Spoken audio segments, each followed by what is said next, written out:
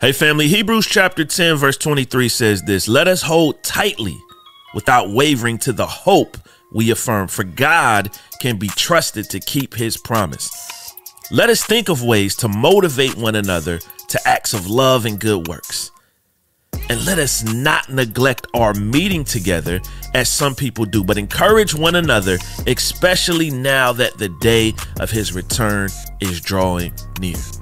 Family, this is what the church should be about. This is what community should be about. Encouraging one another, holding tight to the hope that we affirm, motivating one another to acts of love.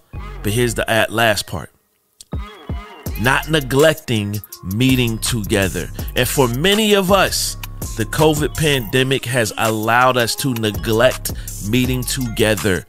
Listen, my day job, I lead our online efforts at my church. So I'm not a dude who is anti virtual church.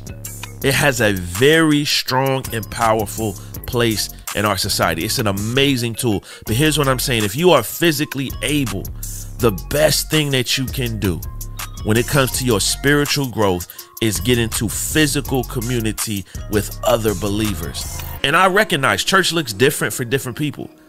I've always liked large churches that's a whole other conversation. But I've always been a part of large churches. Some people like smaller churches. Some people like house churches. Some people like Bible studies better, where everyone has an opportunity to share and converse and the whole deal. I'm here for all of it, family. All of it has a place. But here's what I want to encourage you to do is to get into one of those types of communities where the Bible is being taught, where God is being upheld as Lord of all, King of Kings. Go to one of those places and be encouraged, be inspired to then go out and be a witness to other people. But get into community, family.